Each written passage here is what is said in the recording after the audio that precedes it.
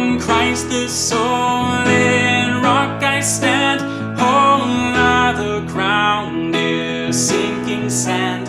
All other ground is sinking sand.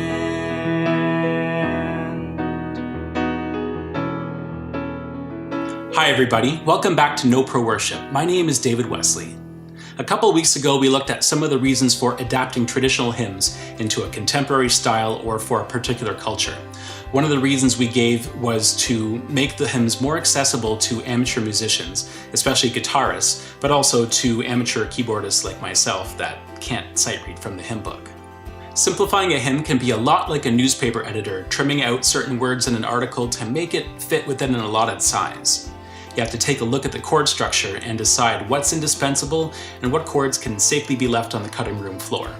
If you were to take 100 music experts and give them a hymn to simplify, you'll find a lot of consensus just based on the structure of the hymn about what the final result will be.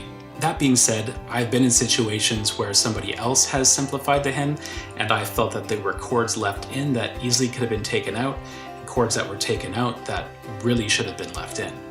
There is one major difference between shortening a news article and simplifying a hymn. When you open your newspaper, you actually don't know what the author had originally written.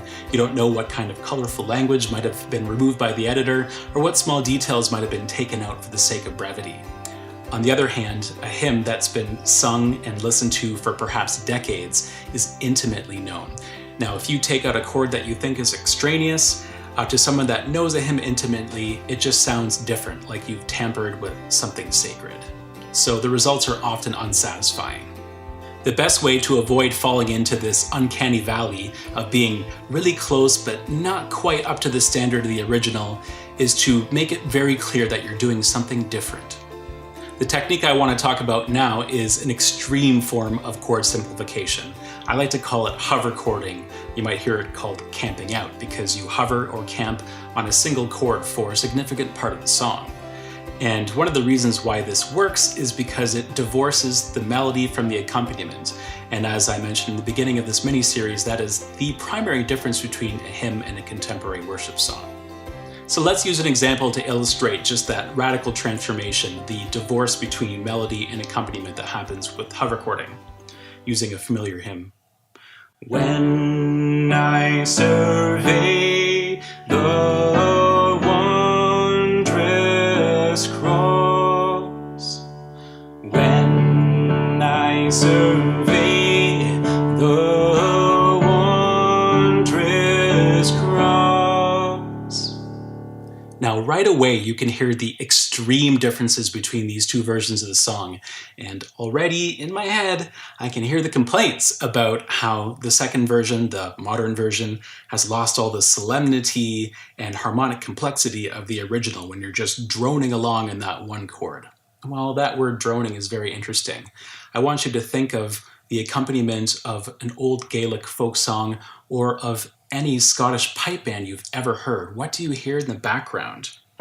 You hear the drone, usually the first and the fifth, just constantly playing in the background.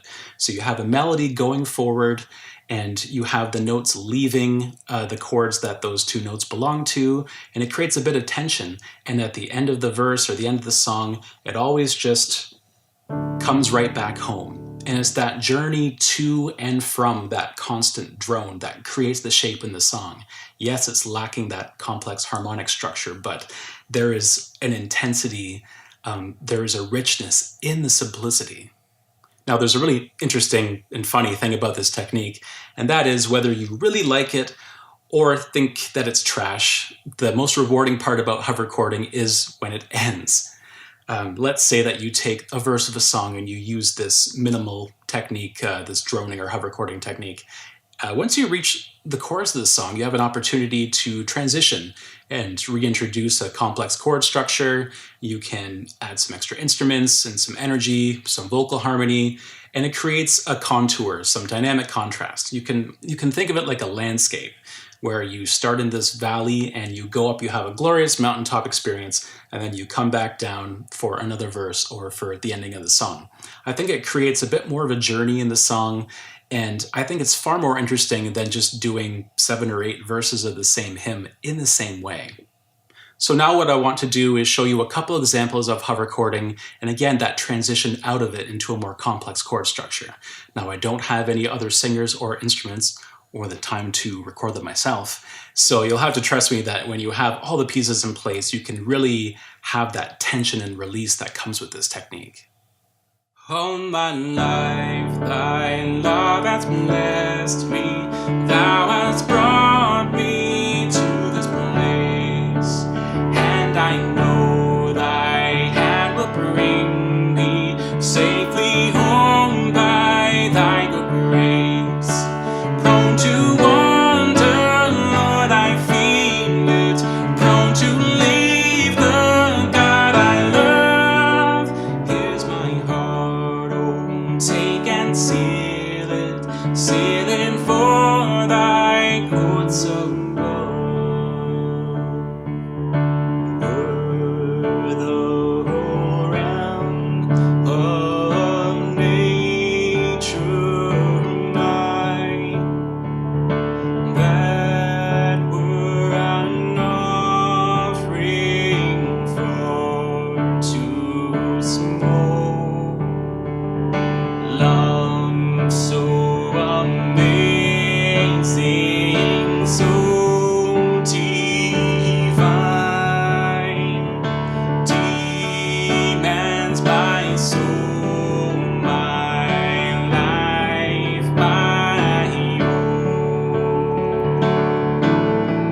Oh, the wonderful cross, oh, the wonderful cross, bids me come and die and find that I may truly live.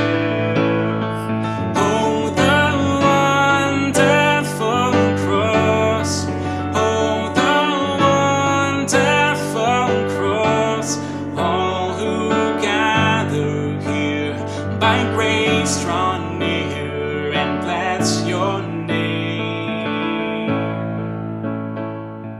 When darkness seems to hide his face, I rest on his unchanging grace. In every high and stormy gale, my anchor holds within the veil.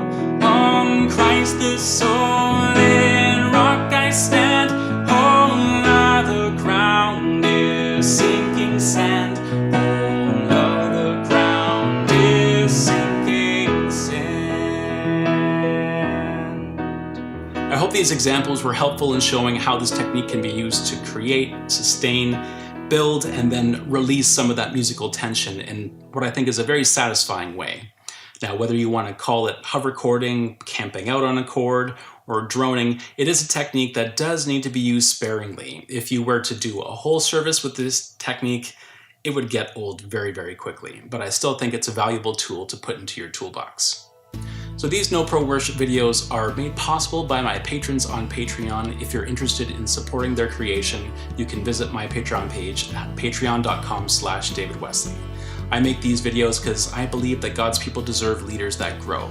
And if your worship leaders are able to incorporate some of the techniques that I have to help them build confidence in their leading and to add a little bit of variety to your musical worship, then I'm glad that I can be of service.